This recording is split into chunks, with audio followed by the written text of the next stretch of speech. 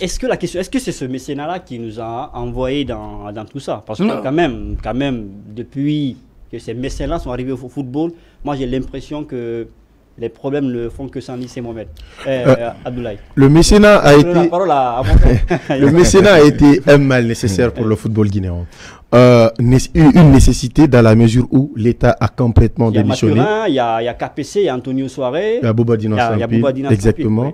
Ça a été une nécessité dans la mesure où l'État a complètement démissionné pour le développement du football en Guinée. On a vu depuis un certain temps, l'État n'investissait plus pour l'organisation, notamment des différents championnats. Bobadina Sampil, quand il est arrivé, il a fait pendant plus de 3 saisons, c'est lui qui subventionnait le championnat guinéen avec sa société. Imaginez, tu es juge et parti.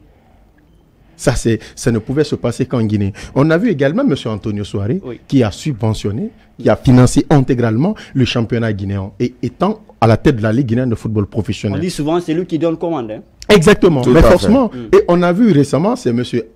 Kefa Lakamara KPC, président du AFIA Babatat Conakry, qui a son entreprise qui finance, qui sponsor le champion, qui sponsorise. Sur les faits quand même, vous l'avez rappelé, Bouba Sampil, Nimba Maining a été champion. Exactement.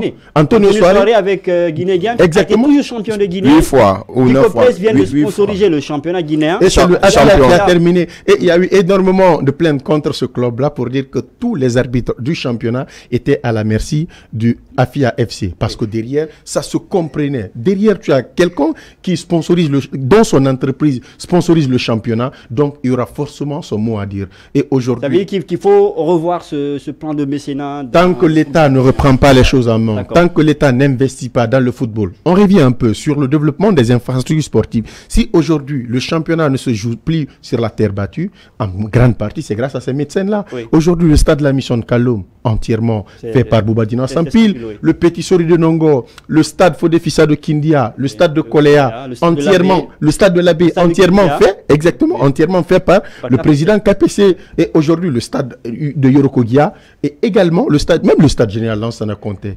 Quand la partie chinoise avait terminé, avait rempli sa part de contrat, l'État guinéen a été incapable d'achever ses travaux. Il a fallu que M. Antonio Soare mette l'argent dans la porte pour permettre à la Guinée de commencer à recevoir les matchs dans cette enceinte-là. Donc, encore une fois, tant que l'État ne reprend pas les choses en main, tant que l'État ne commence pas à investir, pas seulement dans le football. Parce que ce qui est grave aujourd'hui, c'est qu'il y a des disciplines qui honorent la Guinée dans les différentes compétitions à l'international. Le handball, ça il faut le dire. Le handball, le basketball, récemment on a vu, on a terminé champion d'Afrique chez les moins de 16 ans, le karaté, la boxe, toutes ces disciplines sportives-là honorent dignement la Guinée.